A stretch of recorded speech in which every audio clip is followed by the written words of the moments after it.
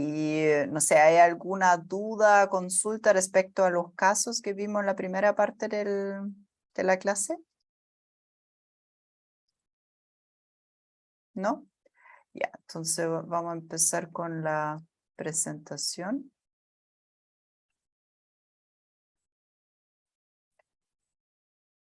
Hay algunos temas, ahí sí, ya. Hay algunos temas, ustedes ven bien la presentación, ¿cierto? Sí. Hay algunos temas administrativos que son importantes resaltar, digamos. Que hay un grupo que en realidad innovó y me gustó la innovación, digamos, que me mandaron consolidado las evaluaciones, pero consolidado igual individual y con los respectivos comentarios. Otro grupo me mandaron todos con un 7, entonces de verdad que pierde sentido y pierde credibilidad también, porque si todos se encuentran bacanes y todos somos un 7, no hay espacio de mejora, no hay una conversación constructiva de que dónde puedo mejorar yo. Yo creo que ustedes mismos están haciendo trampa en el solitario, porque el tema de las evaluaciones justamente es uno poner un poco la lupa, digamos, porque si a ustedes le toca evaluar equipos, tampoco le ponen un 7 en todo, sino que uno siempre busca también dónde puedes mejorar, qué cosas veo. Entonces, yo creo que no pierden esa oportunidad. Y si le acomoda más lo que hizo el grupo 4, parece que fue el que me mandó todo consolidado, para mí más fácil que recibir las individuales, pero yo se lo ofrezco, digamos, las individuales, así que bienvenido sea. Y como le dije en la primera parte de la clase, me faltan casos adicionales y quiero abrirle un poco el abanico, digamos, porque vimos el tema de las fusiones tipo Itaú, y también puede ser otro tema que en clases anteriores ha generado algún tipo de interés, así que se lo abro, digamos, que es el tema de la norma de carácter general, la 461, lo que hablamos en la primera clase. Acá le puse un video que yo creo lo que voy a hacer. A ver si, no, claramente, espérense, dejar de compartir. Y se lo voy a poner en el chat para que les sirva porque, espérense. Acá me está ganando la tecnología, pero no me va a ganar. Se lo voy a copiar al chat. Siempre y cuando lo logro ver. Ahí sí está. Que es un video sobre la 461 que lo encuentro, es 1 hora. Yo tengo la mala costumbre de ver los videos a velocidad 2, porque encuentro que la gente llena mucho. Se puede ver en el 1,5 y todavía lo ven bien. Entonces, que es de la CMF. CMF, norma de carácter general, la 461. Entonces, si a alguien, digamos, en su compañía de repente le toca ahora reportar con la 461 y quieren compartir esto, más que el tema de la fusión y adquisición, bienvenido sea, digamos, y está ese video que igual es bastante interesante, digamos, en cuanto a qué es lo que espera la CMF con esta nueva norma, qué es lo que quieren reforzar, que yo creo que es cultura general, así que les sirve. Ya, perdimos quórum porque como estoy grabando sospecho que alguien se desconectó, pero bueno, vamos a así la vía nomás del profesor. Mi hijo lo lamenta mucho cuando se van los alumnos, de hecho, él me llama y me dice, mami, se van los alumnos. No lo puedo entender y le digo, bueno, sí, así es en pregrado. En posgrado uno espera que se quedan un poquito más porque al final yo entiendo que ustedes se interesan en esta materia. Entonces, para repasar, digamos que en el fondo el tema del caso extra, existen las dos posibilidades que son, no sé por qué ahora, espérense, ya, ahí sí. Ahí.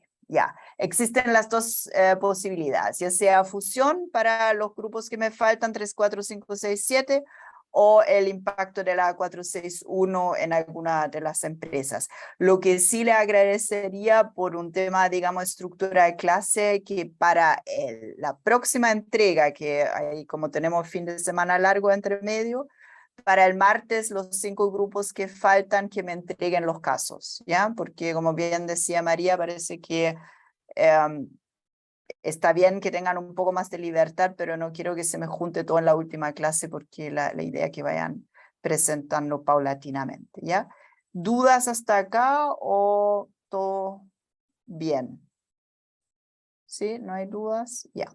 Bueno, volvemos a nuestra guía, digamos, que ya lo que vimos hoy día es J. Pérez, el caso, digamos, de Alimentos J. Pérez, una empresa cerrada en el contexto de un consejo, más bien directorio inexistente en este caso.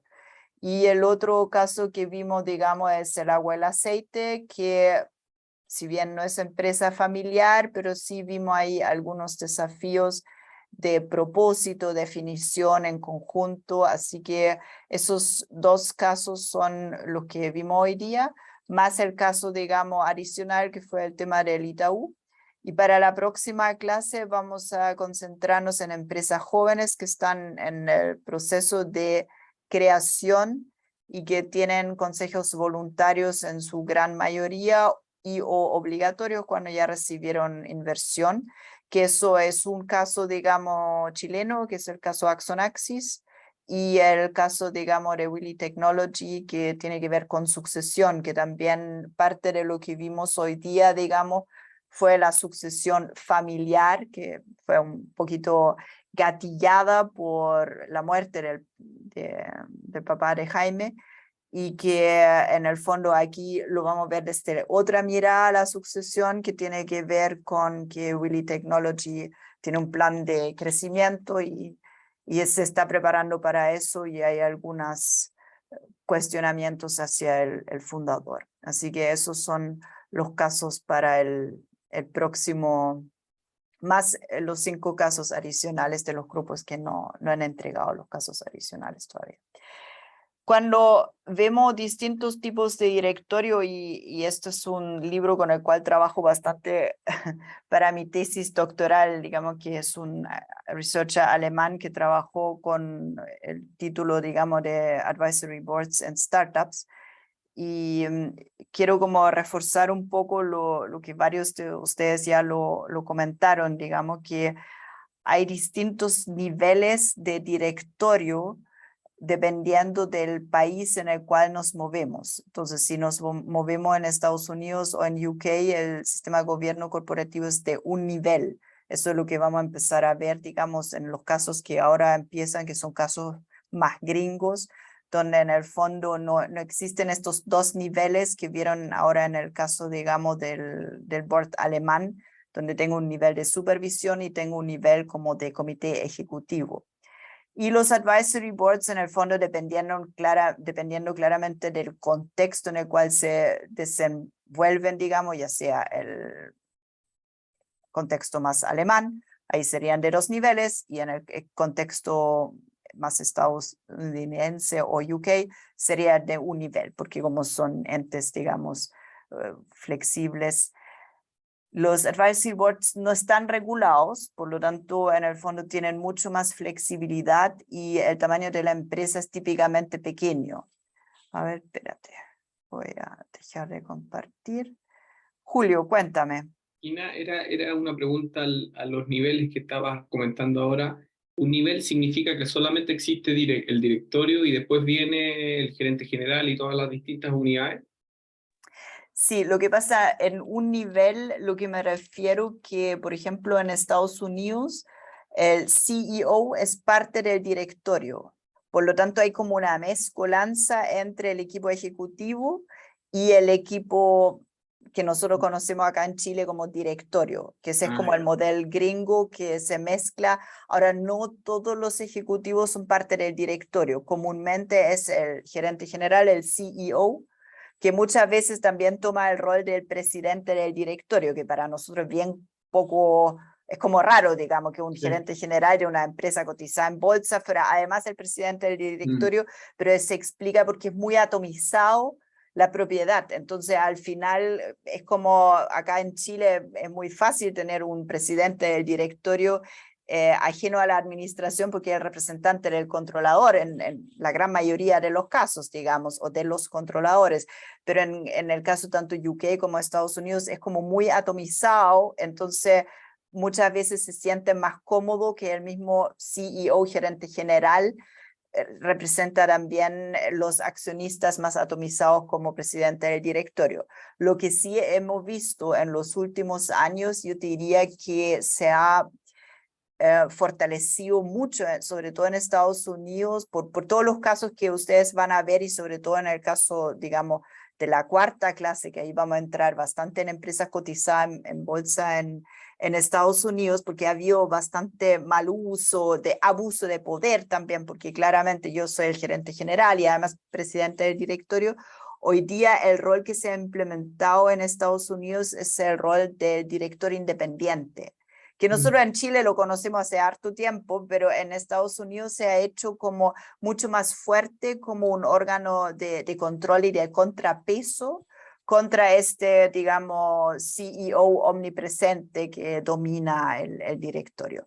Pero respondiendo a tu pregunta concretamente, cuando hablamos de un nivel, y te agradezco la pregunta para aclararlo, digamos, cuando hablamos de un nivel, es este directorio que contempla parte ejecutivo, que en general son el CEO y el CFO, que son como estos dos roles que son parte del directorio y que lo van a ver en los casos que le van a tocar a futuro, versus una separación que sobre todo en Alemania es muy prominente, que tiene que ver con que tengo un órgano supervisor, que son netamente directores, y después tengo un nivel más bien de equipo ejecutivo, que en realidad se asemeja bastante a lo que acostumbramos acá en Chile, solamente que en Alemania la frecuencia de este equipo supervisor es menor, se junta en general 3-4 veces en el año, que en todo caso también es similar lo que hace Estados Unidos.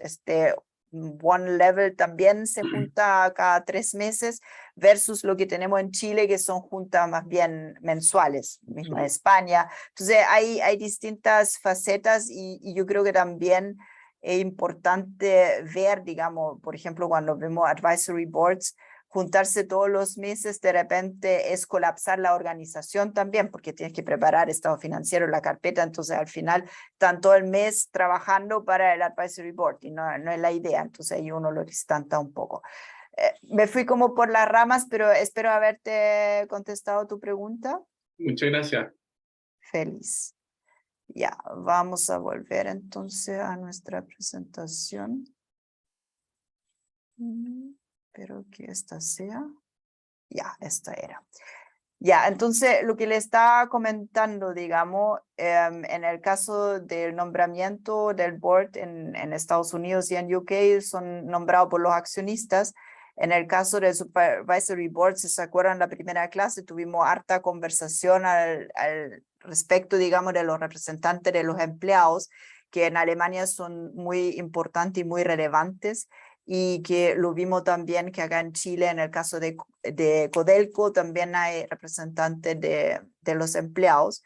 Y en el advisory board, digamos, ahí normalmente lo nombran los dueños. En este caso, los dueños son los fundadores que fundan esa empresa, porque como esto, el advisory board se hace en general en una etapa más bien temprana. Ambos, tanto en UK como en Alemania, tienen responsabilidad legal. En el advisory board generalmente no. En Estados Unidos, como le acabo de explicar, digamos, sí hay gerenciamiento que tiene que ver con que en el fondo el gerente general y el CFO participan generalmente del board. En Alemania no, porque es realmente un órgano de supervisión. Y el advisory board depende mucho, porque a veces yo invito a un advisory board para que me ayuden en gerenciar y otras veces quiero tenerlos solamente como de consejeros y ahí no se meten en la administración. Control sí es un tema importante, digamos, porque al final dentro del gobierno corporativo, ¿se acuerdan las esferas? En el fondo las los accionistas le entregan este tema de control al directorio. En el caso del Advisory Board, como es voluntario y es más bien llamado por los mismos dueños, en este caso los fundadores, de verdad que no tiene mucho de control, porque en el fondo los fundadores, sobre todo en etapas tempranas, buscan más bien recursos, llámese recursos de consejos, llámese recursos financieros, en el fondo ayuda con el levantamiento capital, y menos, digamos, el tema de control. Y por eso también el tema del consejo en el Advisory Board es el rol prioritario, y en el Supervisory Board tiene poco de consejo y tiene mucho que ver también con lo que vimos en la primera clase de manejar la relación con los empleados. Y en el caso, digamos, del One Level Board es intrínsecamente el tema del consejo, pero no es tanto el foco. Y en los comités, digamos, y ahí en el fondo en Alemania sí hay un comité que tiene que ver como con el comité de directores, el similar, que es el que se hace cargo de los auditores externos, de nombrarlos y recibir también el informe. Y en Estados Unidos sí hay distintos comités, legalmente, digamos, son los de auditoría, pero también en Estados Unidos se usa mucho lo que son los, ya sea compensation committees o también los comités de nombramiento o nominación, y en UK también, donde en el fondo se buscan los nuevos directores. Y en ese contexto es bien importante, digamos, lo que hablamos en la parte de las presentaciones de los casos, de la diversidad, que en el fondo estos comités de selección de futuros directores tienen estas descripciones, lo que hablamos en el caso del Itaú. Deberían levantar la necesidad de alguien que sea más tecnológico. Por lo tanto, dentro de la descripción de la búsqueda del próximo director debería estar esto de que tenga conocimiento de transformación digital, o si hay algún requerimiento más legal de tema auditoría. Entonces, esas son como las descripciones y lo que se hace en el fondo en el tema de los comités. ¿Hay preguntas hasta acá? ¿Está claro? ¿Se entiende? ¿Sí? Ya. Vamos entonces. Compartir. Ya. En las mejores prácticas, ahora esto era como un resumen, digamos, de los distintos niveles, que es bien importante porque como ahora vamos a empezar a meternos en terreno un poquito más gringo, para mí es relevante que entiendan esas distinciones, porque va a haber cosas que le va a llamar la atención, porque van a ver casos, digamos, donde me van a decir, pero Tina, esto no es lo que yo conozco de Chile. Y eso justamente es la gracia, digamos, que vamos como abriendo el horizonte, vamos viendo distintas facetas, y no son ni buenos ni malos, son simplemente distintos, pero hay que tener como la claridad, y por eso quería volver a presentarle esa lámina. Bueno, ¿se acuerdan lo que hablamos, digamos, en la clase anterior? Que está todo este tema de los stakeholders, varios lo presentaron bien, digamos, en sus presentaciones. Me gustó bastante cómo tomaron y cómo se hicieron cargo de este tema. Pero encima de esto ahora viene otra capa, digamos, y vienen en el fondo el modelo de las empresas familiares. Este es un modelo muy antiguo, es más antiguo del hilo negro, Davis, de los años 80, digamos, pero sirve muchísimo porque en el fondo te separa la parte, o mejor dicho, te separa y te junta la parte como de las empresas familiares, donde hay un componente familiar, como ustedes vieron muy bien en el tema del caso de Jaime. Hay un tema del propietario y del ejecutivo. Y eso muchas veces se sobrepone, y tenemos como roles que, por ejemplo, el familiar, propietario, gerente. Ese era como el típico rol que era Jaime Papá. ¿Se acuerdan cuando vimos el caso, digamos, en el fondo parte un fundador que al mismo tiempo es padre familia o madre familia, propietario, tiene todas las acciones, o en el caso de una herencia en vida empieza a distribuirlas, y además es el gerente general. Ese es como el típico donde normalmente llegan los alumnos, me dicen, Tina, ¿qué hacemos entonces? Porque es complejo, digamos, cuando tú tienes a alguien así como jefe, porque tiene como distintos sombreros y no necesariamente siempre opina poniéndose el sombrero propietario gerente o poniéndose solamente el sombrero gerente. Tenemos el rol también del familiar gerente, que ahí había varios, si se acuerdan, digamos, que era, por ejemplo, Linda, Jaime Hijo, en algún momento también Mercedes, que se metió, digamos, así como que quiso ser gerente. Y por el otro lado tenemos propietarios gerentes que no necesariamente tienen por qué ser parte de la familia. Eso es como típicamente algún contralor que de repente le tengo cariño, le pasó una parte de la propiedad. Entonces tenemos como estas distintas figuras que es importante empezar a tener esas distinciones, porque ustedes se fijan, digamos, esas esferas que en el mundo de las empresas cotizadas en bolsa las tenemos bastante separadas. Acá se nos empiezan a mezclar y esto es, por un lado, la belleza de las empresas familiares, porque son un poco más enredadas, pero también este mismo enredo es la complejidad, porque si la gente actúa fuera de sus roles, y yo, por ejemplo, soy el gerente general, pero en una junta de directorio empiezo a actuar como propietario, se me empiezan a mezclar los roles y se me empieza muchas veces también a confundir el equipo ejecutivo. Entonces, en el caso de J. Pérez, digamos, y acá está como un resumen, digamos, que lo que podríamos haber hecho. Ustedes varios de estos puntos ya lo vieron, digamos, al nivel de la familia, mejorar la comunicación. Lena, digamos, la mamá podría aglutinar la familia, tomar un rol más importante, generar reuniones familiares, establecer un consejo de familia con un facilitador objetivo, algunos de ustedes lo mencionaron. Desarrollar e implementar reglas y políticas aprobadas por el directorio, por ejemplo, el tema de compensación o el empleo familiares, digamos, algunos de ustedes también mencionaron el cuento de que por qué alguien toma un rol que ojalá fuera preparado para eso, y también podríamos haber tomado un coach para Jaime, digamos, y hay varias ideas más que ustedes mencionaron. En el tema de la propiedad, Jaime debería mejorar su comunicación con los accionistas. Ustedes hicieron hincapié en eso. Definir derechos, roles y responsabilidades de los accionistas, por ejemplo, la política de dividendo, agendar juntas de accionistas regulares, aumentar dividendos, aumentar la transparencia y educación financiera para los accionistas.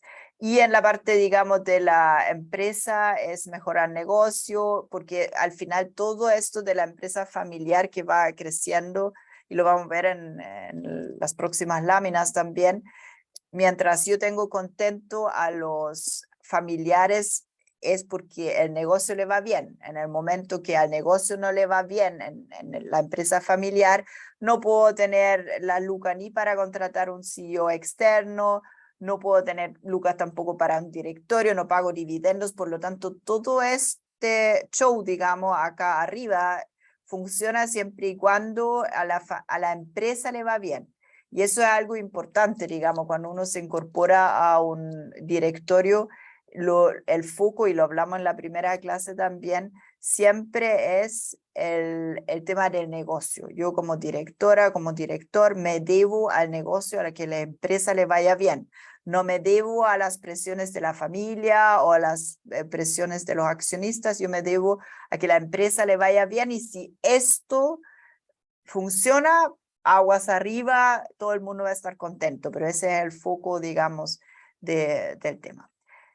Y ahora, ¿cuál es el tema, digamos, de la clase de hoy?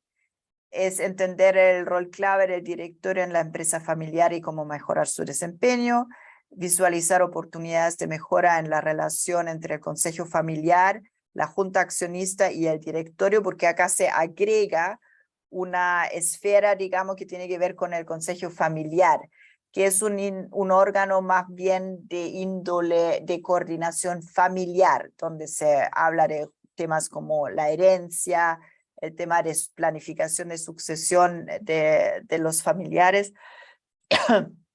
Y un tema que lo vimos en el caso de Jaime es dimensionar la importancia del plan de sucesión y de una política adecuada de recursos humanos en empresas familiares. No sé si algunos de ustedes, voy a dejar de compartir en un ratito, espérense, se me perdió mi cursor. Oh, ya, Dios mío. Ya, ahí sí. ¿Quién de ustedes trabaja en empresas familiares? Juliano, ¿quieres compartir algo de eso o de otro tema? No, una pregunta con respecto a la slide esta que estaba, el tema de la propiedad era relacionado al pacto de accionistas. En el fondo, ahí es donde se establecen este tipo de acuerdos que van desde, no sé, desde retiro relacionado o dividendos en el caso de las acciones, o hasta acuerdos también en el caso de que exista un interesado que quiera comprar la empresa. ¿Eso lo engloba en el fondo un acuerdo de ese tipo previamente? Yo diría que hay dos instrumentos que yo he visto, digamos, que son, por un lado, son los acuerdos familiares, que es como lo que se llama el protocolo familiar, donde tú ves un poco, bueno, es como las reglas de cómo nosotros vamos a funcionar como familia. Por ejemplo, vamos a tener hijos o hijas dentro de la parte ejecutiva o no. Esas son como ciertas definiciones que comúnmente no esperarías en un pacto accionista. Lo que en el pacto accionista más bien lo que defines es, ya, si uno vende, tenemos que vender todos, o si alguien recibe una oferta, vamos todos, se transparenta, como para que en el fondo la familia actúe en conjunto cuando son accionistas. Entonces, tiene que ver más con los derechos económicos, pero hay temas que tienen que ver con como políticas familiares, cómo yo quiero representar o no quiero representar la familia en el negocio. Y ahí normalmente el pacto accionista es más bien pobre en ese tipo de cosas y además sería como raro que pusieras, no, es que nosotros nos hemos puesto de acuerdo de que nadie de la familia va a tomar cargos ejecutivos o nos hemos puesto de acuerdo de que si alguien quiere tomar un cargo ejecutivo que tiene que tener tal o cual preparación. Para eso está el protocolo familiar. No sé si eso te ayuda en la distinción. Sí, perfecto. Ya, excelente. Te agradezco la pregunta. ¿Alguien más tiene dudas o sigo? Ya, sigo entonces.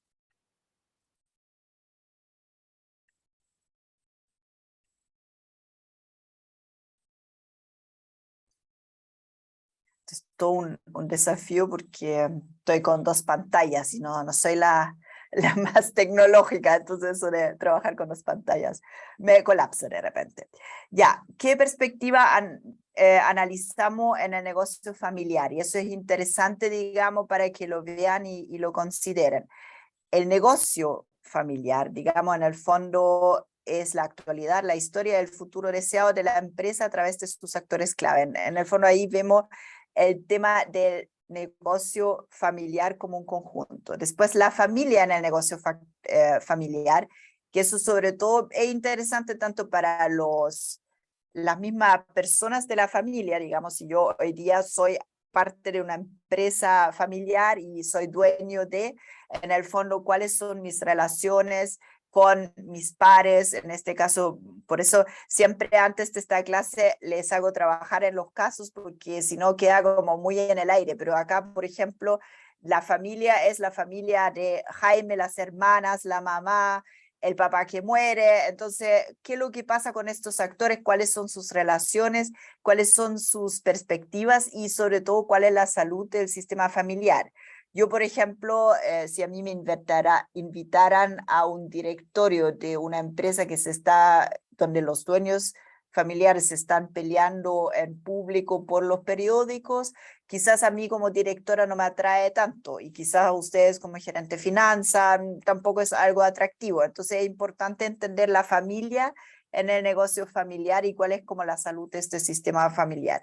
Y por el otro lado es el negocio En el negocio familiar, lo que hablamos, digamos, de niveles de eficiencia, efectividad, ahí ustedes vieron, digamos, que había hartas oportunidades de mejora en el negocio de Jaime, como para, en el fondo, entregar mejores dividendos y todo. Y todo esto en un contexto, digamos, que esto nació de la fundación de Jaime Papá, que lo fue desarrollando, entonces nunca podemos quitar, digamos, la parte familiar del negocio.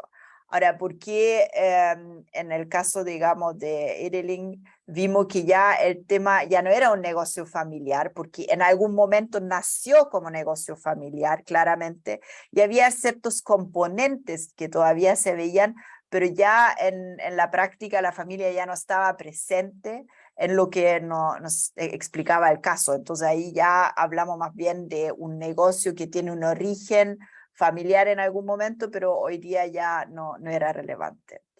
Y cuando vemos el sistema familiar a través del tiempo, hay tres ejes que son interesantes de ver. Por un lado, digamos, tenemos el eje de propiedad, y eso en general se ve bastante, digamos, acá en Chile también, que es como la primera generación donde hay un dueño controlador. Después entran la sociedad de hermanos, que fue lo que vimos en el caso de Jaime, que pasó, digamos, de un dueño, que era el papá, a los hermanos, y se empiezan a generar ciertos conflictos.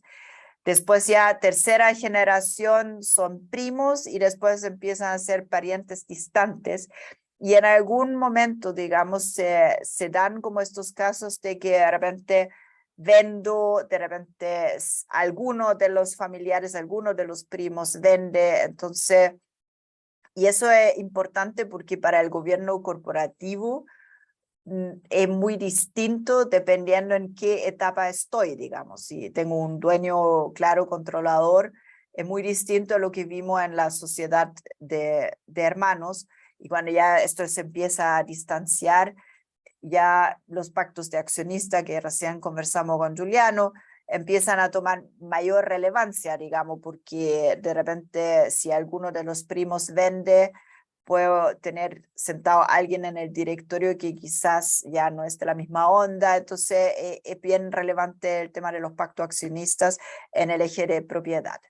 En el eje de negocio, digamos, lo que conocemos es como el típico ciclo, digamos, de la curva de desarrollo, donde parto con un startup o una pyme, dependiendo, digamos, empiezo a crecer y a formalizar.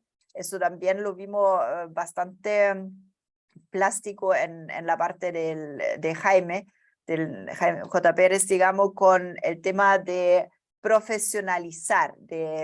Varios de ustedes mencionaron el tema, digamos, de cómo profesionalizar la organización. Eso viene en una segunda etapa, y también lo van a ver para el caso, digamos, los casos de la próxima clase, sobre todo en el caso Willy, que tiene que ver también con cómo empiezo a formalizar y también enfocarme en ciertas tareas, digamos, porque típicamente en un startup todos hacen de todo, versus cuando empiezo a crecer ya empiezo como a especializarme en ciertas tareas. Después viene la madurez, y muchas veces lamentablemente, digamos, una decaída o una regeneración, o otros se hacen cargo del negocio, porque muchas veces uno dice ya la primera generación todavía está muy involucrada, la segunda no tanto, y la tercera ya se esquema, y ahí de repente es mejor lo que hablamos de que pasa de mano, que hay otro que invierta y que se hace cargo,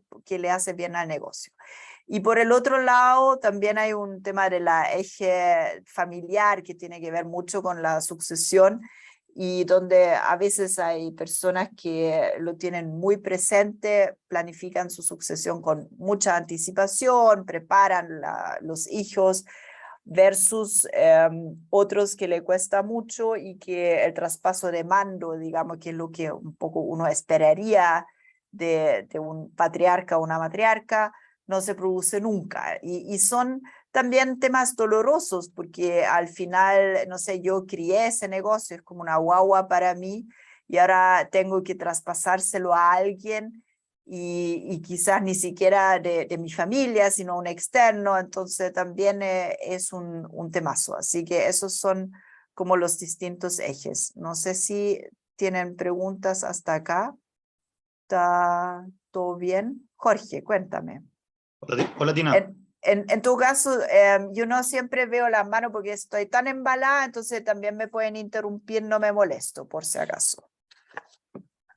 No, mi consulta es un poco, volviendo al caso de Jaime, que él le deja de la propiedad sin derecho a voto, le deja un poquito más a su hijo Jaime, y esto puede desencadenarse en mayores conflictos familiares, el no hacer una repartija igualitaria, independiente de que él trabaje en la empresa, o no hay una regla en esto. Es que claramente porque yo me acuerdo haber visto, si mal no me acuerdo, era el caso Ripley, que había como una pelea porque el padre le había dejado otro porcentaje al hijo mayor que estaba dentro de la propiedad. No estoy 100% seguro que era Ripley o otra multitienda, pero en el fondo sí esto se presta para conflictos y sobre todo cuando no se conversa a nivel familiar, porque en el fondo si esto yo se lo explico a mis hijos, porque el celo siempre está, pues, y está, no sé, nosotros tenemos 3 niños, entonces cada uno que yo quiero esto, que quiero lo otro, entonces hay que explicar las cosas porque yo a este le doy esto, a este otro le doy este otro, y en el caso, digamos, del caso que vimos, no hubo esa explicación. En el fondo aparece esa mayor participación como de la nada. Nosotros podemos decir, bueno, es un reconocimiento porque Jaime dedicó varios años de su vida a esta empresa y quizás el papá no le pagó, podemos especular, digamos, porque sobre todo cuando estoy partiendo una empresa no necesariamente le pago el sueldo que esta persona podría ganar en el mercado libre. Digamos, si yo voy y me empleo como Jaime Hijo en una empresa NN, quizás gano el doble o gano el triple, o quizás no. Entonces, de repente, en el fondo, mayor participación es un reconocimiento a este tiempo que yo me involucré con el negocio.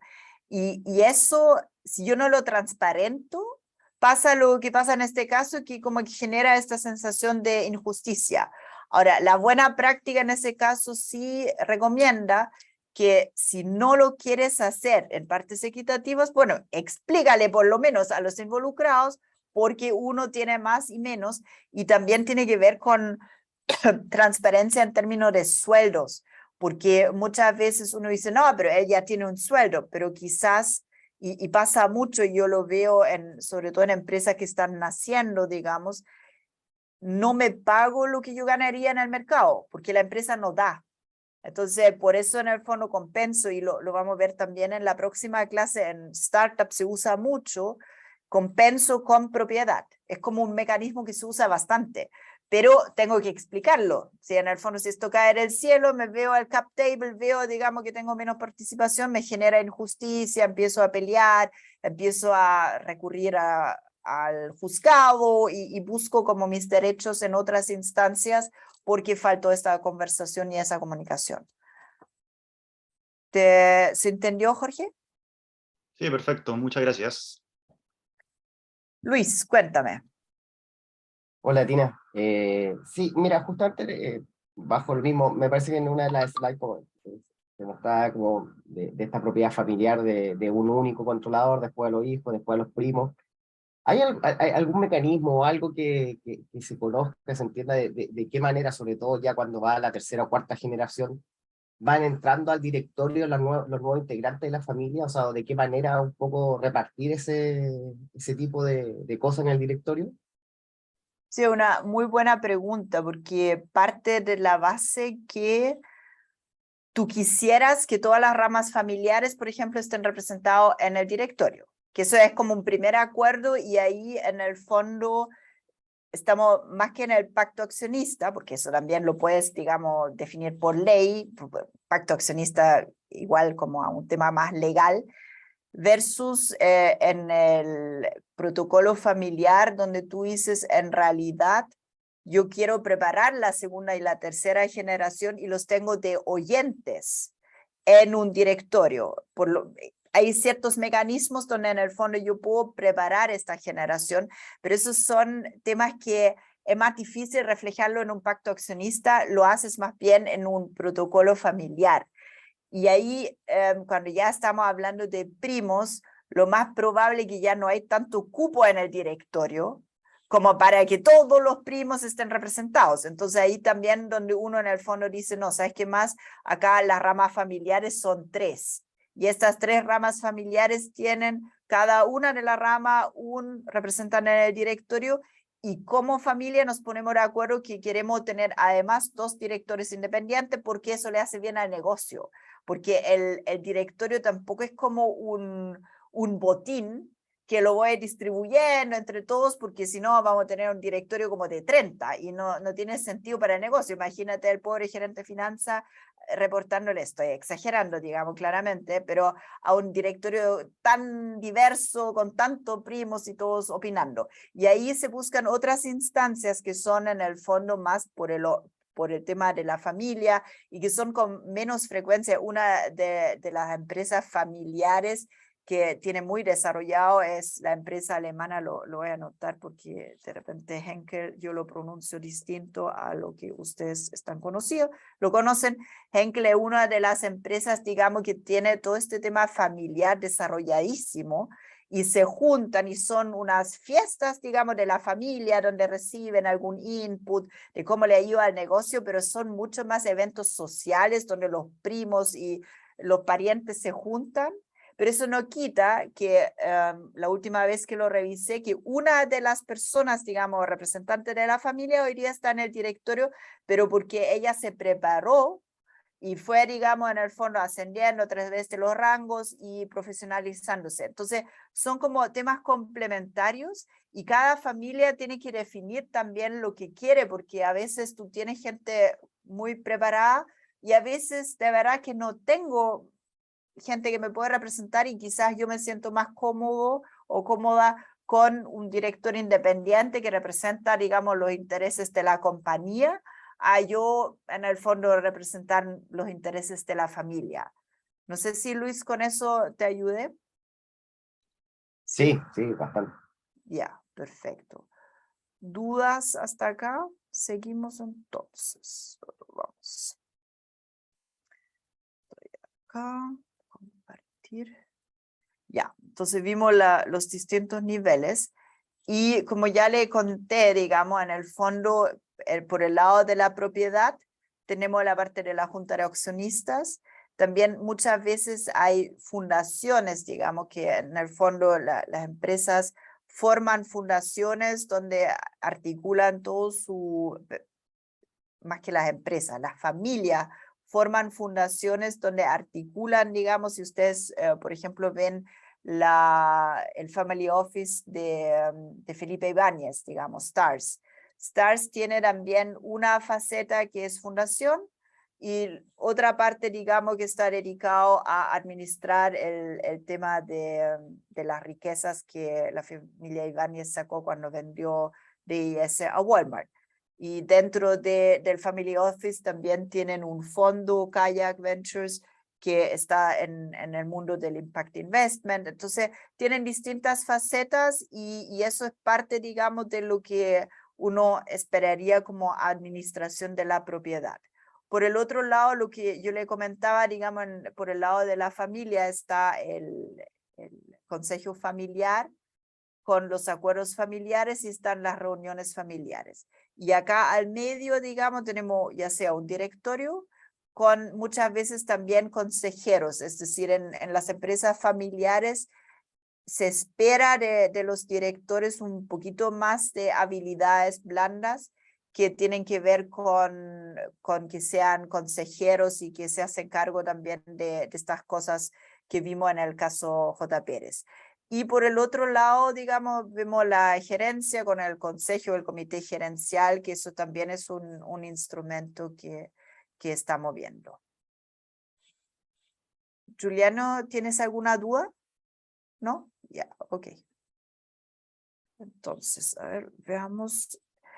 Ahora, hay algunas buenas prácticas. Esto es un estudio que hizo Egon Zehnder. Egon Zehnder es una consultora de recursos humanos, porque uno de repente dice, ¿dónde tengo como, quién me puede apoyar? Porque de repente a ustedes les toca, ya sea porque tienen empresa familiar o porque están trabajando en una empresa familiar, ¿quiénes son personas, digamos, que me pueden ayudar en mejorar como en separar un poco estas distintas esferas para tener un mejor, una mejor administración de este negocio?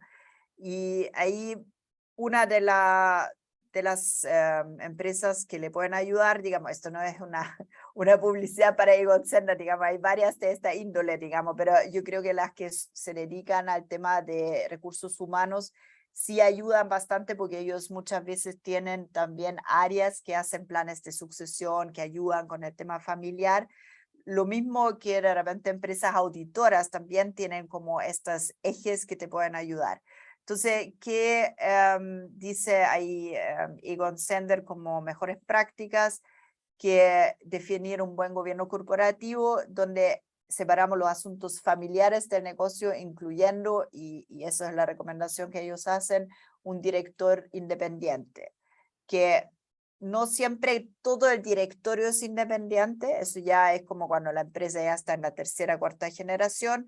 Muchas veces en las empresas, sobre todo en Chile, encontramos mezclas, donde hay representantes de familia y también directores independientes, y esa mezcla funciona bastante bien.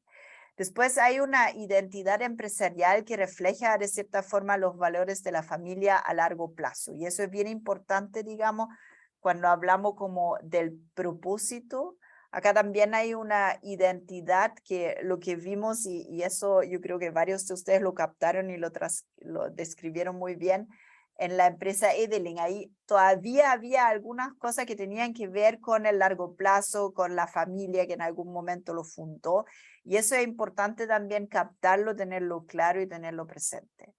Y para el tema del liderazgo, se nota que esto viene de una consultora de recursos humanos. Claramente tiene que ver que tengo que identificar futuros líderes, tanto en la familia como también en el mercado, porque al final acá lo que prima es lo que está bien para el negocio. Y hay algunos libros que te dicen, bueno, nada hace pensar que el hijo de una persona que ganó las Olimpiadas también gane la Olimpiada, digamos. Sí, algunas veces uno tiene suerte y efectivamente los hijos se desempeñan bien en lo mismo, pero muchas veces el hijo no es la persona más adecuada para llevar el negocio al próximo nivel. Y eso es algo, digamos, que en las empresas familiares, como muchas veces damos por contado que el hijo va a ser o la hija va a ser la sucesora, y eso hay que cuestionárselo y verlo, digamos, con cuidado. Y eso también involucra un proceso de sucesión disciplinada. Y construyendo sobre lo mismo, digamos, Stock y Foley, digamos, hicieron un artículo, digamos, donde enfatizan, digamos, de que uno no caiga en estas trampas que pueden destruir un negocio familiar, que en el fondo una de las trampas es siempre habrá un lugar para ti en la empresa familiar, digamos. Y eso tiene que ver que muchas veces como que vemos la empresa familiar como si fuera un fondo, y por lo tanto voy asignando y todo, y ahí se definen ciertos criterios. Si ustedes se fijan, en algún momento Sandro Solari pasó a ser gerente general de Sodimac, pero no era gerente general porque era parte de la familia, sino que era gerente general porque era la persona más idónea para ese cargo, y eso fue reconocido también por la organización. Entonces, ¿qué es lo que son algunos criterios que se definen ahí? Y esos son como más del protocolo familiar. ¿Se acuerdan que vimos la diferencia del pacto accionista y el protocolo familiar? En un protocolo familiar yo típicamente dejaría definido que, por ejemplo, para cualquier persona que se quiera incorporar en la empresa, tiene que tener un título universitario, si es que estamos hablando de niveles de gerencia, experiencia profesional fuera de la empresa. Hay muchas empresas que definen eso y con años, niveles, digamos, que haya, por ejemplo, hecho carrera fuera y haya llegado a un cargo de responsabilidad. También la postulación a cargos vacantes, en el fondo teniendo también para el resto del equipo, digamos, que trabaja en esa empresa familiar, la sensación que realmente yo también puedo postular a una promoción, no siempre van a llegar personas de la familia. Y otro tema que es bien importante, definir si se incorpora familia política. Eso muchas veces, digamos, en estos protocolos familiares, es todo un tema, digamos, porque la familia política no necesariamente sobrevive, digamos, porque yo me puedo divorciar, puede haber, digamos, incorporaciones distintas en la familia política y de repente no quiero tener en 10 años más la pelea porque la ex de no sé quién está en un cargo. Entonces hay muchas empresas familiares que definen solamente familia directa y no familia política. La otra trampa, digamos, es la empresa no puede crecer con la rapidez suficiente para apoyar a todos. ¿Se acuerdan que hablamos, digamos, que muchas veces, y en el caso, vimos el caso de Mercedes, digamos, que ella en el fondo quería a Lucas porque antes era el papá que le financiaba, digamos, todas sus necesidades y ahora necesitaba como tener ingresos. Y conforme va creciendo la familia, no puedo de repente administrar todas estas lucas de acuerdo a las necesidades de los familiares. Entonces, ahí lo que se usa es como hacer una planificación estratégica también relacionado con una planificación de la familia. Suena un poco raro, pero se usa, digamos, en el fondo, proyectando qué es lo que quieren hacer los hijos. Y es impresionante las conversaciones o no conversaciones que se dan al respecto, porque muchas veces, aunque parezca como curioso, no tienen ese tipo de conversaciones. A mí de repente me llegan hijos diciéndole, pucha, mi papá no me entiende, quiere que yo sea el sucesor, pero yo no quiero ser el sucesor. Y entonces ahí hay asesores, consejeros que ayudan con toda esta parte. Juliano, no sé si levantaste la mano. Sí, sí. Ya, dale. Yo lo que quería en el fondo comentar y consultarte es, considerando que estamos hablando desde la familia y, o sea, desde lo que puede involucrar la familia en un proceso de gobierno corporativo, también está el tema de que ese asesor, esa empresa consultora, en el fondo, que hace este proceso, también esté a la altura de este tipo de empresa. Si hablamos, no sé, pues, de un grupo grande, entendemos que están todos los presupuestos, entendemos que está el concepto y todo, pero de repente hay empresas que son medianas, que hicieron un buen proyecto, que lo hicieron crecer, que quizás no tienen los mismos presupuestos. Y aquí yo desconozco, he entendido más por los estudios que he tenido acá, lo que significa, por ejemplo, el directorio, lo que cuesta hoy día o lo que le pagan a un director en la industria. Entonces, desde ahí no sé cómo es, qué tan sofisticado es el mercado de dirección relacionado también a la empresa. Lo planteo de la siguiente manera. Yo tengo un proyecto, me tocó en algún momento, estábamos trabajando con el ISP y necesitábamos ayuda. Entonces hicimos una conexión con una empresa de lobby, en el fondo, que era poder conectarnos y poder llegar, pero mi resultado fue que yo era demasiado chico para la empresa. Por lo tanto, el resultado fue que casi me dijeron, ya, a ver, chatito, como aquí nosotros ponemos los puntos, pagué la tarifa que tenía que pagar con harto esfuerzo. O sea, no, la empresa no es mía, somos varios, pero quedamos con la sensación y ahí como que aprendí que en el fondo a esta empresa a la cual le habíamos pedido ayuda, finalmente no era la adecuada para el momento que estamos. Y finalmente no nos dieron resultados. O sea, a pesar de que pagamos la tarifa, no fue el resultado que esperábamos. Sí, es muy buen punto lo que tú levantas, porque claramente dependiendo de cuál es el tamaño de mi empresa, tengo que buscar un asesor que sea adecuado. Y hay de toda la viña del Señor. Lo que yo siempre trataría sería pedir referencias de empresas similares. Si en el fondo, si yo quiero hacer un plan de sucesión para una empresa de cierto tamaño y tengo 2, 3, 4 que me están postulando, en el fondo pedirle referencias, con quién lo has hecho, puedo hablar con alguno de los clientes, porque de verdad que si todos los clientes son confidenciales, como que no me genera mucha confianza tampoco, digamos, el asesor, ¿cachai? Y lo otro, a ver, ¿quiénes yo he visto que funcionan en estos espacios?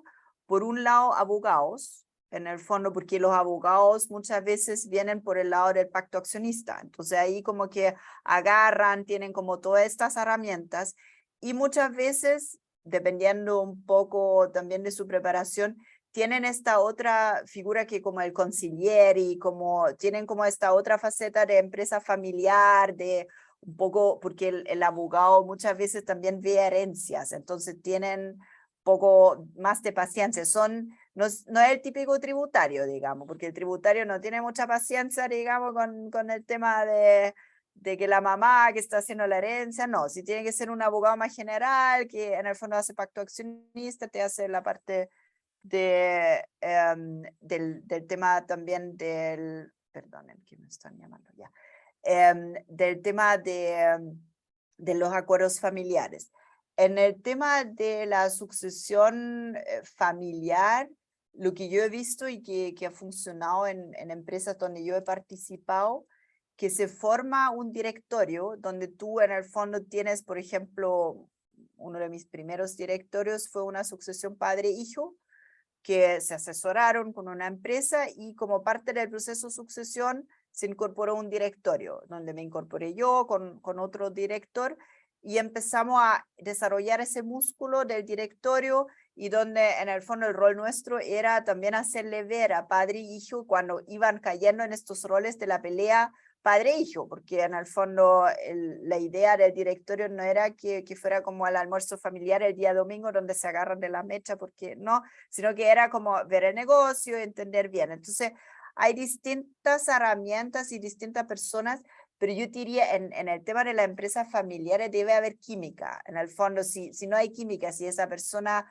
viene recomendada, pero no me fluye, no me hace sentido, de verdad que es muy difícil porque son procesos que son más en ese espacio humano. Entonces, no tengo como la solución. Ahora, si tienes algún caso concreto, llámame, lo conversamos, digamos, para que no tenga que participar toda la clase en ese tipo de conversaciones. O quizás alguien acá ha tenido experiencia y le puede dar algún consejo a Juliano también súper válido, digamos, ¿no? No sé si alguien ha tenido esa experiencia, porque de repente es frustrante, digamos, haber caído en algún consultor o alguien que no te dio el producto adecuado y lo que a mí me funciona mucho es pedir referencias y empezar como a cruzar un poquito a ver si la persona me hace sentido.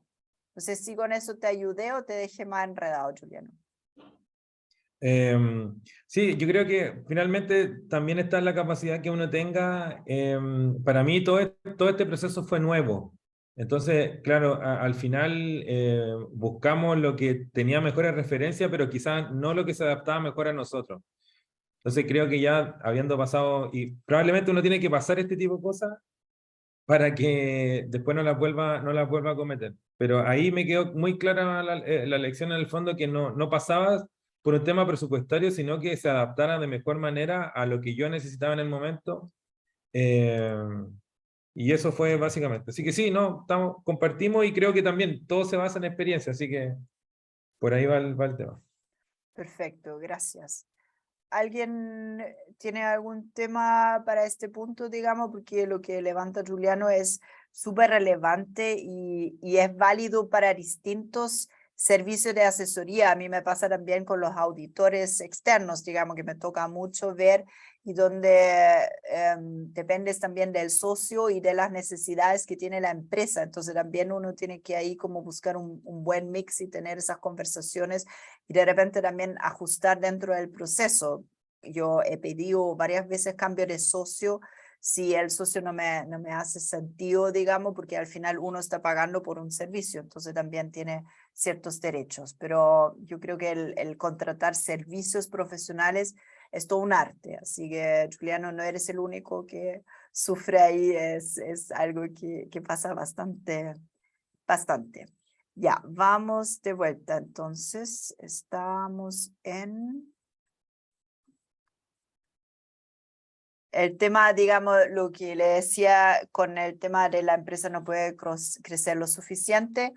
Y el otro tema también es como en el fondo, no sé si le ha tocado, a mí me ha tocado ver, digamos, que de repente una rama familiar se hace cargo de la distribución, otra rama familiar se hace cargo de la operación y otra rama familiar, no sé, está viendo los asuntos legales.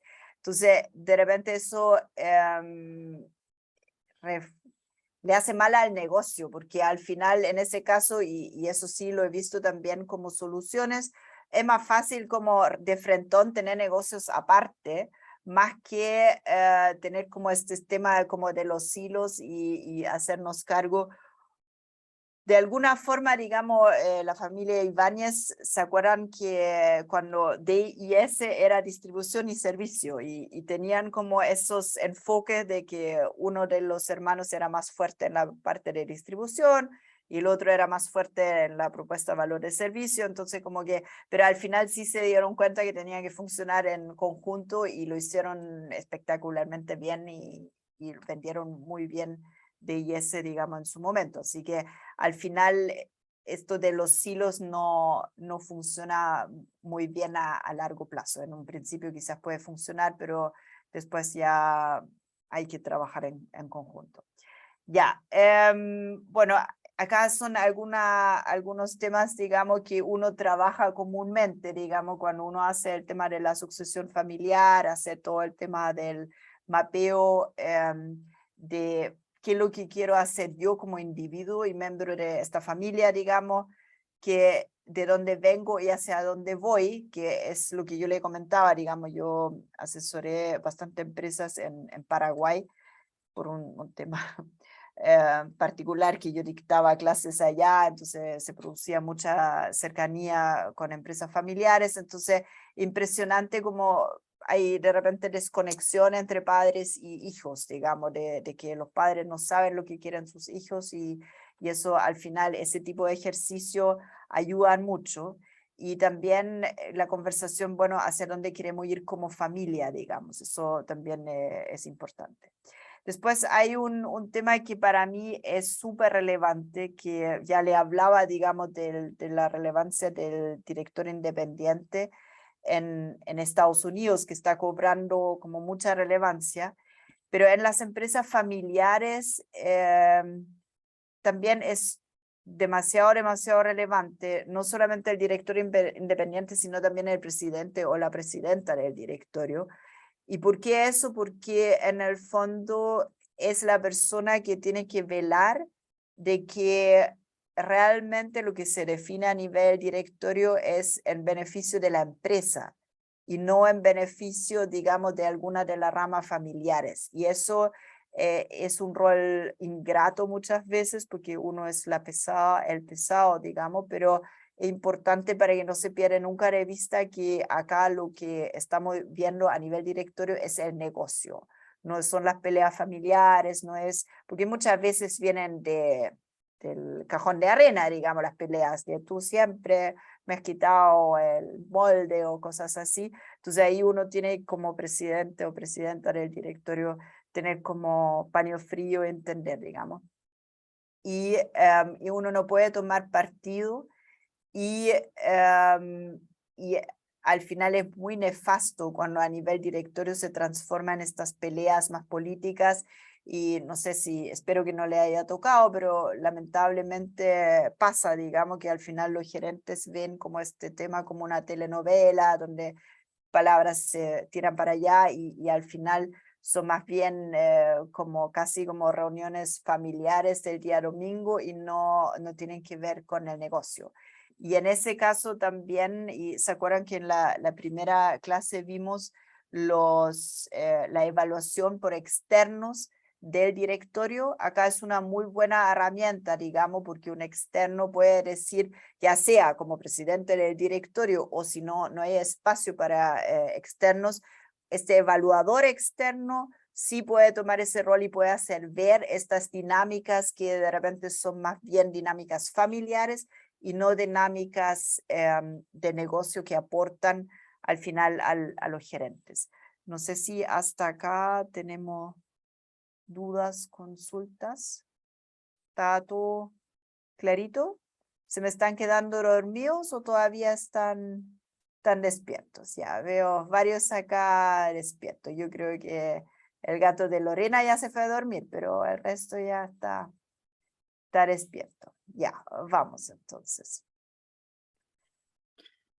¿Tiene ahí una consulta referente al actuar del director frente a situaciones como esa porque tú recién mencionabas que cuando veías no sé, de alguna forma te enterabas por noticias o comentarios de que esta familia se estaba peleando y que te están ofreciendo quizás este puesto de director y tú decías, ok, yo aquí no me quiero meter porque es muy complejo. Pero el actuar o el rol del director cuando ya se sienta en el directorio y se da cuenta que esto es una disputa entre las familias y que finalmente están volando las cosas y no se está llegando a ningún acuerdo. El director básicamente se puede parar, se va y sale el directorio, está concertado previamente a cuántas reuniones tiene que efectivamente participar, o en verdad si te ha tocado a ti, por ejemplo, participar de este tipo de directorios donde de verdad si a ti te dan ganas de irte y no ir a ninguna otra reunión. Súper buena pregunta, Christopher. En general, cuando te invitan a un directorio, a mí me gusta que te invitan como para un año. ¿Por qué? Porque en un año tenéis como un ciclo como para ver todo, digamos, para mí es el proceso presupuestario, es el cierre de año, proceso de auditoría, entonces como que en un año uno tiene como una buena visión y eso es lo que en el fondo normalmente también deberían ser como los nombramientos por un año. Acá en Chile muchas veces son como más largos los nombramientos, pero yo siempre voy como con esa actitud.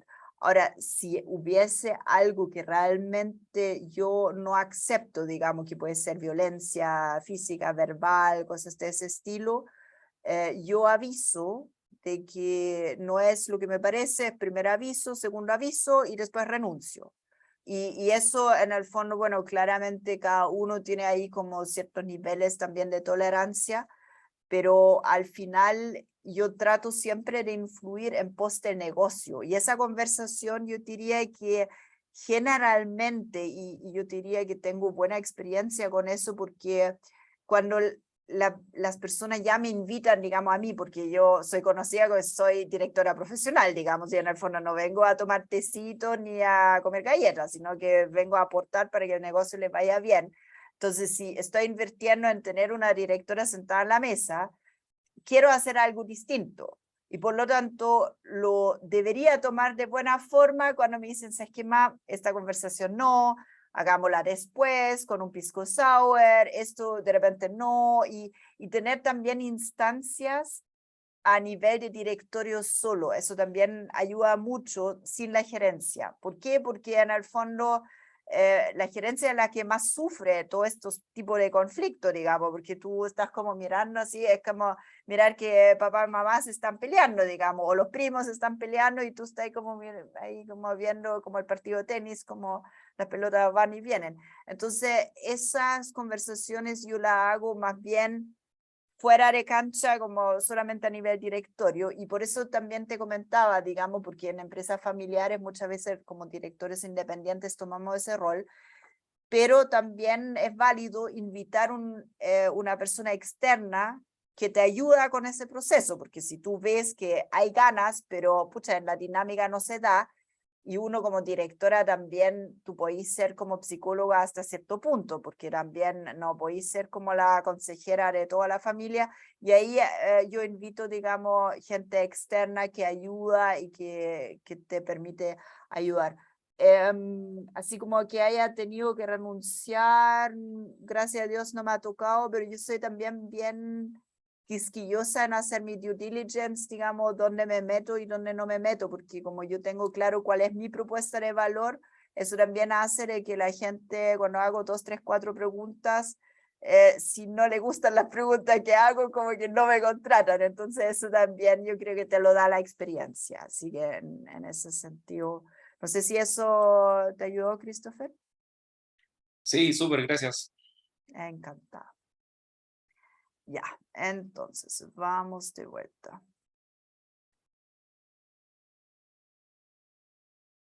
Ya. Acá en el fondo son como las distintas etapas y yo creo que es interesante, digamos, no voy a entrar en cada una de ellas, digamos, pero es como entender que acá hay ciclos, cómo se desarrollan en el fondo las compañías, digamos. Y acá vemos, por ejemplo, el número de consejeros.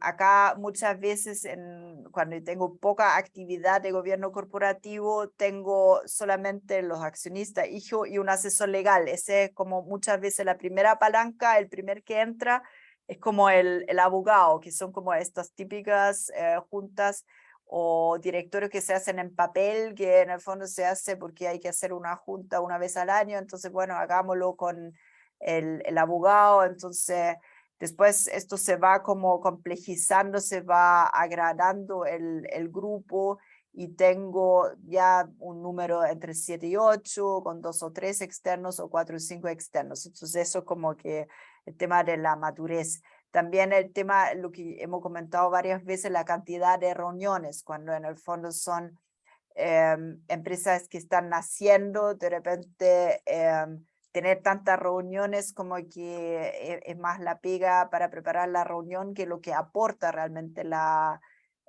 reunión. Entonces ahí tengo que ver dónde estoy yo en esa escala. El tema, digamos, si soy ordenado, tengo una orden del día, digamos, una agenda o no. Si en el fondo hay distintas dinámicas, digamos, y acá claramente cuando estoy partiendo son como más bien, esto es como el típico caso donde en realidad las juntas se hacen como en el papel y versus, digamos, que sobre todo la parte de la transición, como este eje acá, es súper emocional. Ahí lo que toca mucho, digamos, es que cuando tú tenías la madre o el padre que está haciendo la transición a los hijos, sale herido porque es como en el fondo está ahí como haciendo muchas veces herencia en vida. Y es súper difícil porque en el fondo tú construiste algo y estás participando en un directorio donde tus hijos discuten de cómo van a distribuir lo que heredaron de ti y tú todavía no estás ni muerto. Entonces hay que emocionalmente, hay que administrar este tema, este tipo, tanto a nivel hijos como a nivel madre o padre. Entonces, y ahí en el fondo siempre es bueno tener alguien externo que de repente puede hacerle ver también a la familia ese tipo de dinámicas, como diciendo, ojo, que acá de repente están pasando a llevar a su mamá o su papá, tengan esa conversación quizás fuera del directorio, no es parte de este consejo. Entonces son como temas, digamos, que son bien importantes, ver en qué etapa está la empresa. A ver, vi una mano que se levantó, espérense. Aquí estoy. Jorge, cuéntame. Sí, no, tiene que ver con lo que estáis diciendo ahora de cómo se implementa, por ejemplo, si una empresa que no tiene nada de directorio y nunca ha tenido y que quiere como, ok, avancemos en esto, ¿cómo se implementa? Hay que definir un presupuesto, armarlo como un advisory, ¿cómo se podría partir como punto de partida? Que yo partiría siempre con ¿por qué quieres un consejo?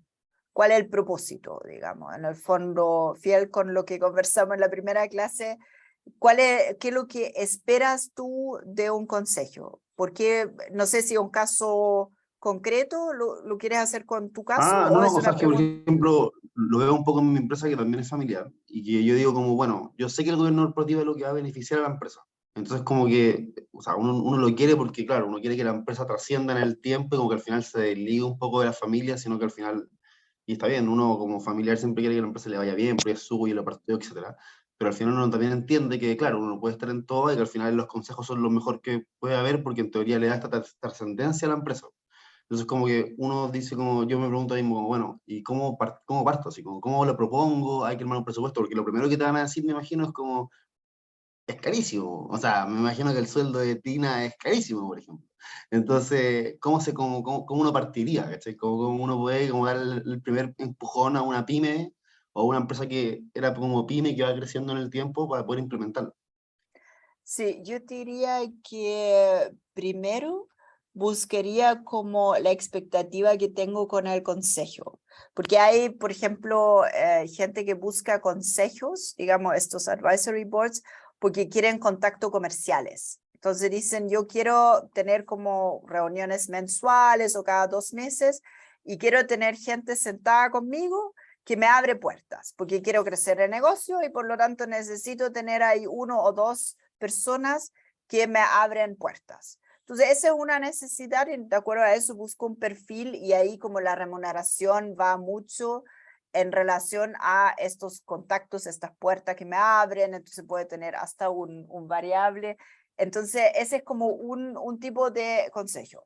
Hay otros que van en esa línea, lo que estamos conversando ahora, que quiero hacer la sucesión familiar, que tengo como otro tema, digamos, que en el fondo lo que yo le comentaba, el caso, digamos, que a mí me invitaron, donde el padre quería hacer el traspaso del negocio al hijo y sentía que lo único que hacían eran ellos dos pelearse, entonces en el fondo dijeron, chuta, el tema del directorio es en el contexto de que queremos lo mejor para el negocio, pero sabemos que los dos tenemos visiones distintas y por lo tanto queremos tener sentado gente en la mesa que nos ayude en definir qué es lo mejor para el negocio, no como no caer como en esa pelea entre padre e hijo. Hay otros que dicen, no sé qué más, yo quiero levantar capital, yo necesito, digamos, créditos o necesito otros inversionistas y por lo tanto el tener un consejo guarda relación con que yo necesito tener estados financieros auditados y por lo tanto necesito otro perfil. Entonces, ese es como, yo creo que la conversación, no porque está como de moda, necesito un consejo, sino es que más bien, pucha, quiero tener como esa instancia de articularme y quiero tener alguien que me aporta a esa instancia de articulación. No sé, ¿con eso te enredé más, Jorge, o te ayuda? No, no, sí, está claro. Lo que pasa es que también es como la pregunta es como más profunda, es como también como preguntarle un poco a los dueños como, bueno, ¿qué es lo que queremos nosotros con el negocio también? Porque si uno está pensando como en darle trascendencia y otro está pensando en pagarse el sueldo nomás y comprarse, no sé, una casa a fin de año, como que al final pierde un poco el sentido.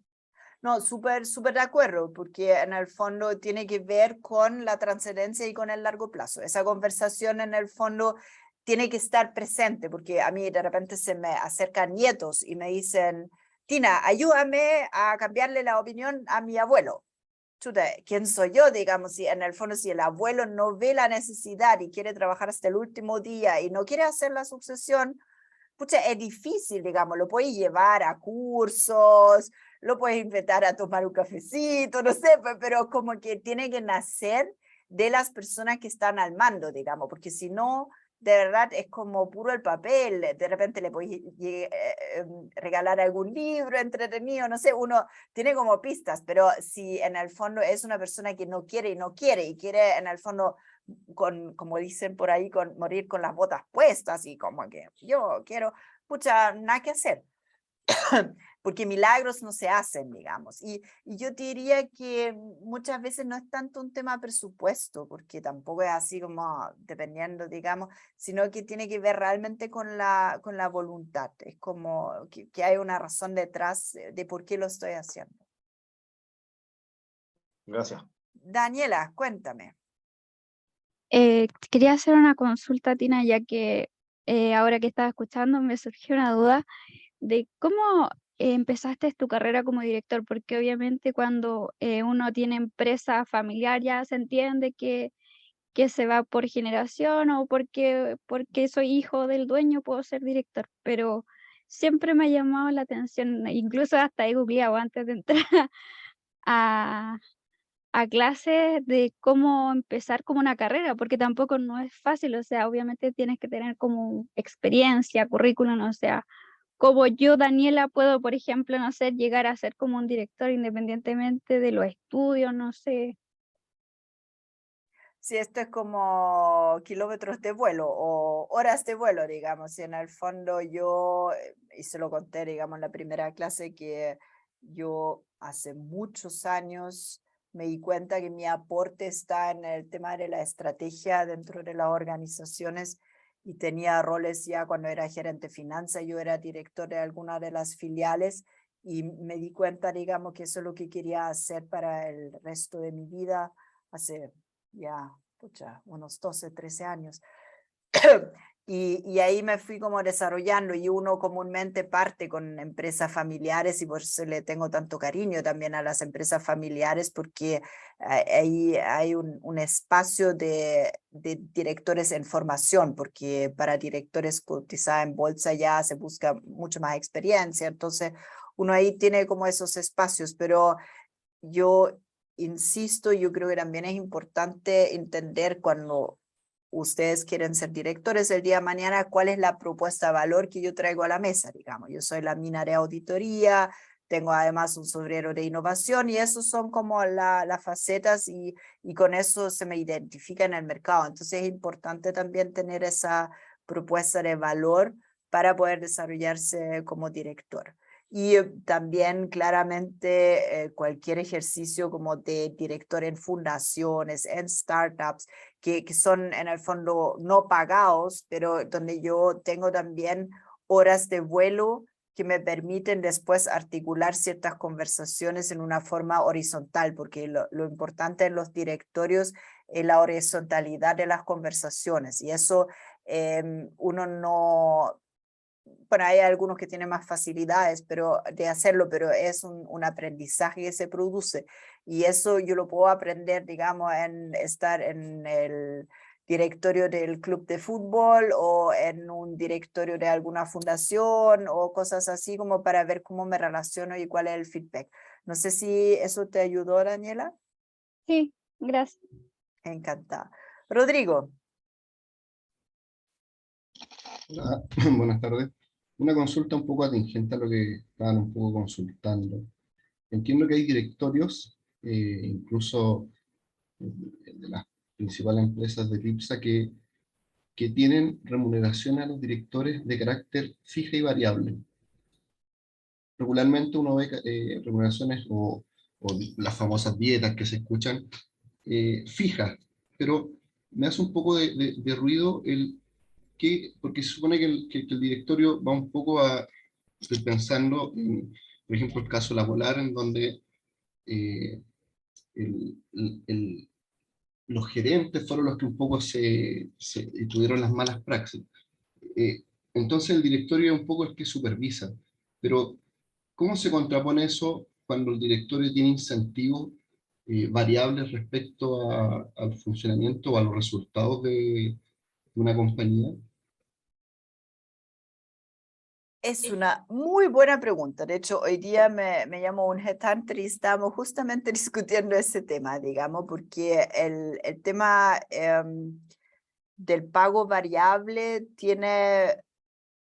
es un arma de doble filo porque tienes que estar bien independiente y muy interesado en el negocio para no tomar decisiones pensando en tu dieta o más que dieta, en tu remuneración variable en abril, si tomas decisiones que afectan el resultado de este año. Y eso es parte, digamos, de la independencia que uno tiene que tener y no es solamente independencia, digamos, del punto de vista de los accionistas, sino también independencia económica. Yo no dependo de ninguno de mis directorios en particular y eso es algo, digamos, que de hecho las AFP también buscan, que tú no dependes económicamente de este directorio porque si no vas a tomar decisiones en función a que esto me genera mi renta. Ahora, el tema del pago variable, porque la discusión que hoy día teníamos justamente con ese headhunter era una empresa que quería llegar de 100 a 500.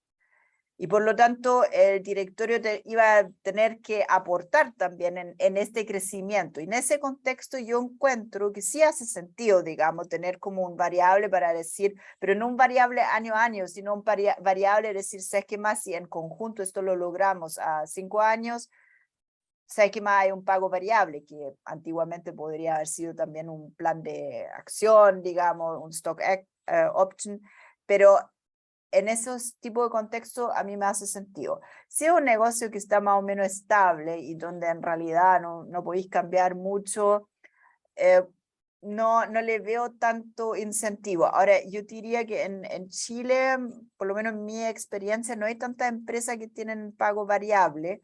Algunas sí, por ejemplo, el otro día me tocó estudiar Molimet. Moli paga muy mal, porque también el tema como de la compensación, de la composición para mí es importante, y es lo mismo que pasa también a nivel gerencial. Un gerente que tú le pagas el 10% fijo y el 90% variable, claramente se va a ir a hacer lo imposible para llegar al variable. Con los directores, si tienes esa composición, a mí personalmente no me hace mucho sentido, porque un director puede aportar quizás un 10% la parte variable y el 90% debería ser algo fijo. Pero yo insisto, yo creo que hay que analizarlo en el contexto y ver qué es lo que necesita la empresa. Y si la empresa necesita que el directorio ponga como chala para que en el fondo llegue al próximo nivel, no lo encuentro malo que haya un variable. Pero hoy día en mis directorios hay uno solo que tiene pago variable, que es Maciza, y que es información pública, digamos, por eso se lo puedo compartir. Y que eso viene un poco dado por lo que me han comentado, digamos, que las dietas no son al 100% del mercado y por eso en el fondo se agrega, y que tiene que ver también de dónde viene Maciza, digamos, que ha tenido históricamente pérdida, por lo tanto llegué yo y se mejoró toda la situación, pero no porque llegué yo, sino porque ya habían hecho la pega antes, así que, pero en el fondo ahí se entiende que no se podían pagar dietas de acuerdo al mercado porque era una compañía que en el fondo tenía pérdida. Entonces, yo creo que hay que analizar esto siempre en el contexto y dónde quiero posicionarme. Pero, no sé si, Rodrigo, sí. con eso te ayudé. Sí, sí, pero continuando un poquito. Entiendo entonces que eso no está 100% como normado. No, que yo sepa hoy día, en el fondo, si tú ves lo que reportan las compañías, porque varios de estos headhunters, digamos, hacen estudios y te muestran que hay distintas tendencias y hay algunos que pagan muy poco, otros que pagan más, entonces hay distintas mezclas. Entonces, al estar esa libertad o esa no restricción, el mismo directorio el que puede definir esa estructura, No, que son los si últimos eso tomadores de es, decisiones, digamos. no, eso es resorte de los O accionistas. pasa por la junta. Sí, absolutamente. Si Ok. esto es, sí, ya sería como un poco grande el conflicto de interés que el mismo directorio se Ya, ok, defina. perfecto. Si eso viene dado por la junta y en general, digamos, una buena junta, yo me asesoraría también por profesionales, porque hoy día hay estudios, digamos, de remuneración que salen generalmente, digamos, salen ahora en esta fecha, octubre, noviembre, y de ahí lo ven en el Mercurio y salen, digamos, y hay mucha información pública, y lo que agregan las consultoras justamente son como estos doble clic en el fondo, quienes tienen pago variable, y me hace sentido o no el pago variable, porque de repente hay unos pagos variables que tú decís, chuta, pagar $1 millón en pago variable no tiene mucho sentido, ¿me entendí? Entonces hay como Claro. ciertas cosas que salen también a la luz, que dado que hoy día con la CMF tenemos mucho más transparencia también de ese tipo de información, también son discusiones que se dan, así que yo creo que es un buen punto lo que tú levantas, pero yo creo que hay que siempre entender también en el contexto en el cual los accionistas definen cierta remuneración. Por ejemplo, siempre van a ver que los presidentes o las presidentas del directorio tienen mayor remuneración, pero tiene que ver que también tienen mayor involucramiento en términos de tiempo, en representación de la empresa, frente en ciertas instancias. Entonces hay como ciertas cosas que son como más normados, digamos, a tu punto, digamos, que es lo que es más común, que el presidente y el vicepresidente tienen un plus porque también le meten más tiempo a un directorio que a un director común y silvestre. Que los comités paguen, y eso yo diría también, lo he visto tanto en Estados Unidos como en Alemania también, los comités pagan extra. ¿Por qué? Porque es tiempo extra, entonces, y también vas como un poco diferenciando, porque claramente hay gente más experta de repente en comités de auditoría, que la gente que va, entre paréntesis, solamente al directorio. Ahí yo diría que hay cosas como más común. La parte variable versus fijo, yo diría que ahí hay como más discusiones. Ok, muchas gracias. De nada, encantada. Ya, y sonó mi alarma, así que vamos a ver, digamos, qué más me queda, porque si no, ustedes me retan, porque vamos a hacer sobre hora. Entonces, bueno, hay más material y lo tienen, digamos, en sus apuntes, que tiene que ver con sucesión y herramientas de buen gobierno, identificar la necesidad de un plan de sucesión y su impacto en la política de recursos humanos. Es un artículo de Landsberg, que en el fondo hay como algunas pruebas de un príncipe. Yo se lo voy a pasar, digamos, porque lo tienen en sus apuntes, así que no, es algo que a mí me interesa que lo hayan escuchado y que de repente también le puede servir, digamos, en algún momento de sus locas vidas, pero no es algo que vamos a entrar ahora en detalle. Y después están los 6 pasos para planificar una sucesión exitosa, que también como van a ver la parte de sucesión en el próximo caso, en Willy. Entonces es interesante también ver, digamos, porque algunos de estos tips, por ejemplo, el grupo encargado de la sucesión, esto es el comité, digamos, de selección, o un comité de directores que define el perfil. Muchas de estas cosas lo van a ver también en el caso de Willy. Y también en el caso de las empresas familiares, bueno, está también el tema de las reglas de quién va a entrar, quién va a salir, que ahí hay algunos detalles, digamos, que tampoco se lo voy a pasar rapidito, para que en el fondo los que quieren entrar en más detalle lo pueden ver. Y en la parte de una sucesión exitosa, digamos, está el desarrollo del sucesor, defina un plan, defina línea de tiempo, el día del traspaso. Eso en las empresas familiares que tengo normalmente horizontes más largos, puede ser hasta en 2, 3, 4 años, digamos, que estoy preparando a alguien. En el caso Willy, que vamos a ver la próxima clase, digamos, igual hay una línea de tiempo, pero son un poquito más apretados los tiempos porque hay necesidad de hacer cambios a nivel de liderazgo. Y también es importante, digamos, de hacerse cargo, y eso también lo van a ver en el caso de Willy, de ver qué es lo que pasa con este líder saliente. En las empresas familiares lo que nos pasa es como es una persona muchas veces súper activa que está en sus años 60 y ahora lo único que tiene es como jugar golf.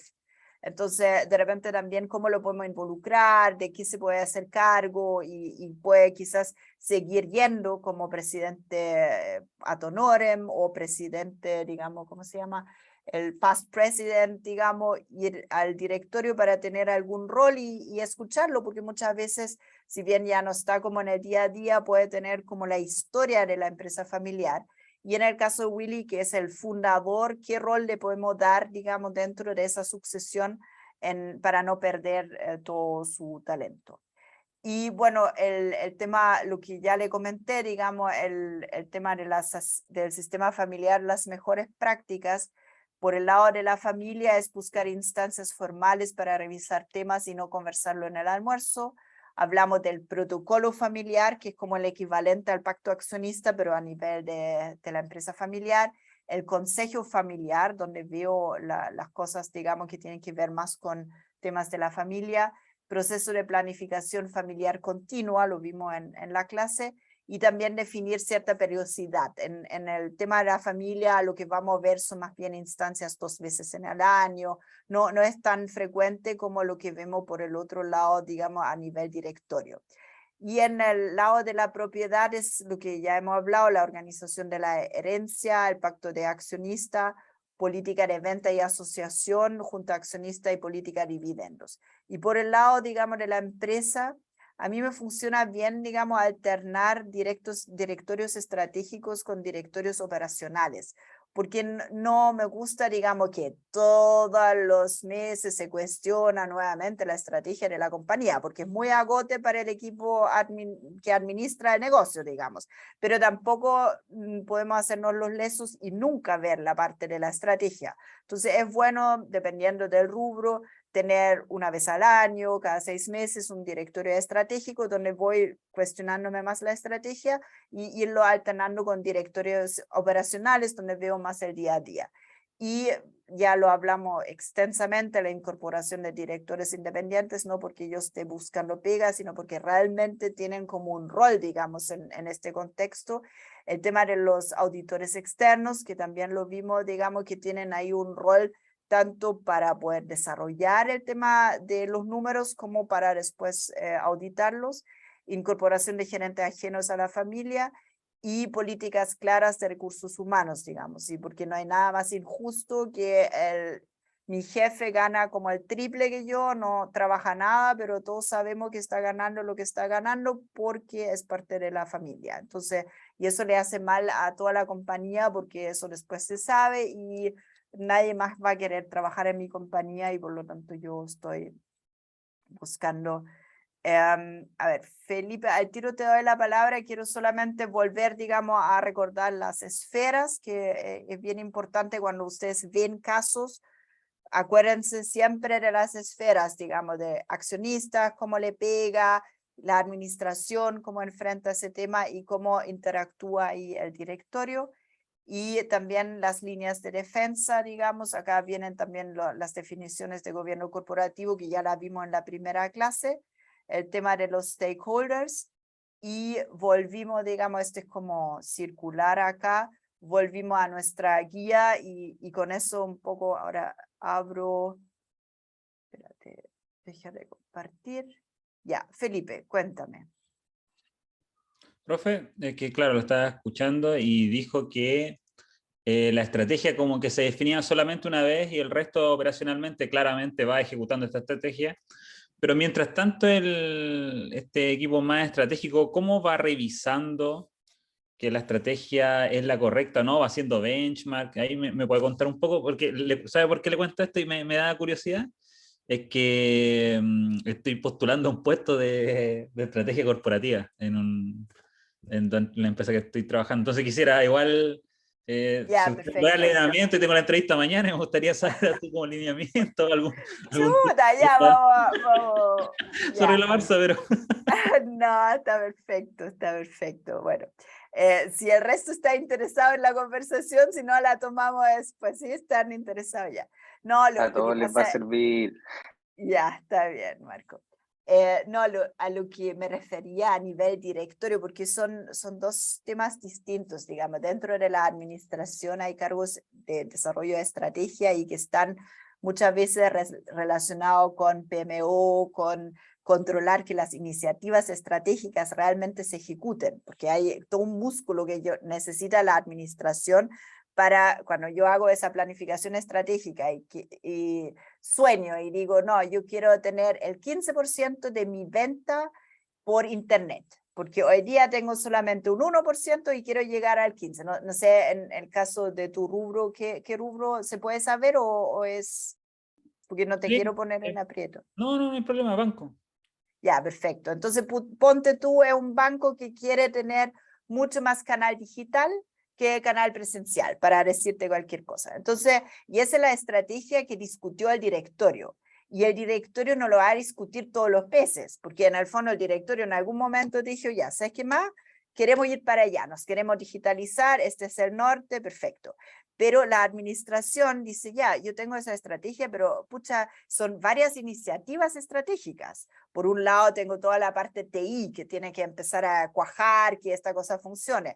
Por el otro lado, necesito ver cuáles son las sucursales que me aportan o no me aportan valor y por lo tanto quizás tengo que pasar por cierre de sucursales, porque el directorio dijo ya, vamos para allá, pero al final la administración dice, chuta, eso significa que ciertas sucursales hay que cerrarlas. Necesito también tener procesos, digamos, a mí me tocó en el caso del Santander, apertura de cuenta, dentro de que hágalo usted mismo. Y eso significa que ciertos procesos de los bancos que antiguamente tenía el back office, que el front office, que no sé qué, chuta, hoy día lo tengo que digitalizar. Entonces, todas estas cosas que tienen que ver con la ejecución de la estrategia, la organización se tiene que hacer cargo y por eso existen estos roles, digamos, estratégicos dentro de la organización y en base a mi experiencia, en general es bien relacionado con proyectos estratégicos que tienen que articularse, tienen que ejecutarse y después hacen que esa estrategia que en algún momento se soñó realmente funciona y tengo por arte de magia este 15% de venta digital en el canal digital. Entonces, pero eso en el fondo, el comentario mío, digamos, respecto al directorio es que yo no estoy acostumbrada de que me cuestione la estrategia todos los meses, porque es muy agote para la administración. Imagínate, es como un zigzagueo. No, ahora queremos un 5% digital. No, ahora queremos un 25%. Y tú decís, chuta, pero un 5 es muy distinto al 25. Entonces tengo que tener como un norte.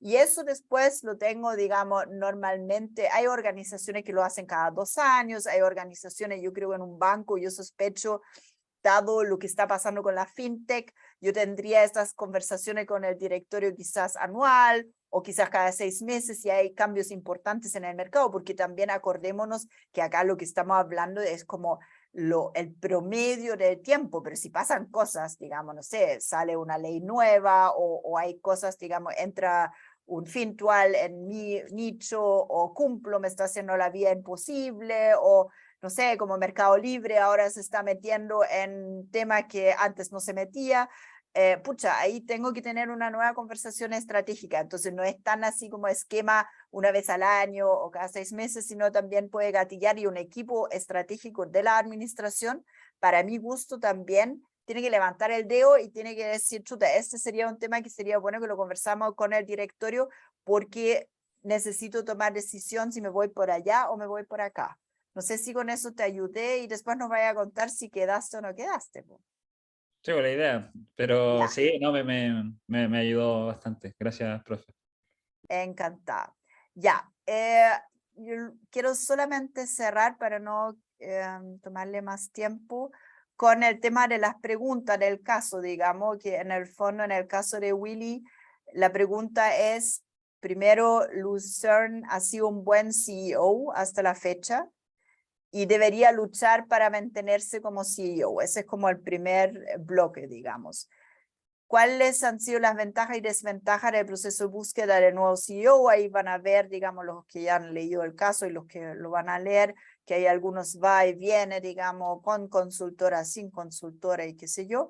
Y después llega un candidato que se llama Richard Williams y él también quiere reemplazar Lucerne no solamente en la administración, sino también a nivel directorio. Entonces, la idea ahí, acuérdense siempre como estas 3 esferas, accionista, directorio, administración, que es lo que me pueden contar al respecto. Y después está el caso Axonaxis, que le comentaba que es un caso real de Chile, donde para mí es importante que me describan las características del equipo emprendedor, definen las fases del desarrollo del modelo de negocio, cuál fue el gobierno corporativo que pueden, digamos, detectar, digamos, qué instancias hay, cuánto tiempo transcurrió de la búsqueda del capital hasta la salida, digamos, el famoso exit, en el fondo levantar un capital y en algún momento venden, y también hay unas lecciones de la negociación que ustedes que ya han pasado por fusiones y adquisiciones, digamos, en el fondo es interesante ahí ver las lecciones de la negociación.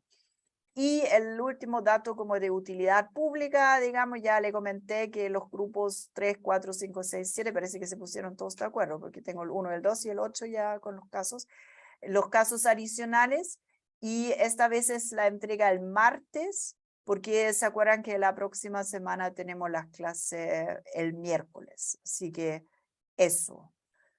¿Preguntas, dudas, consultas? ¿Todo clarito? Ya. La grabación debería estar arriba mañana. Los que han tenido dudas, digamos, con las evaluaciones me las han mandado, así seguimos funcionando así. Si cualquier duda, consulta que tienen, me lo hacen llegar. Así que un gustazo. ¿Tiene una consulta? Dime. ¿El caso adicional puede ser cualquier fusión o la norma que señalaste? Sí.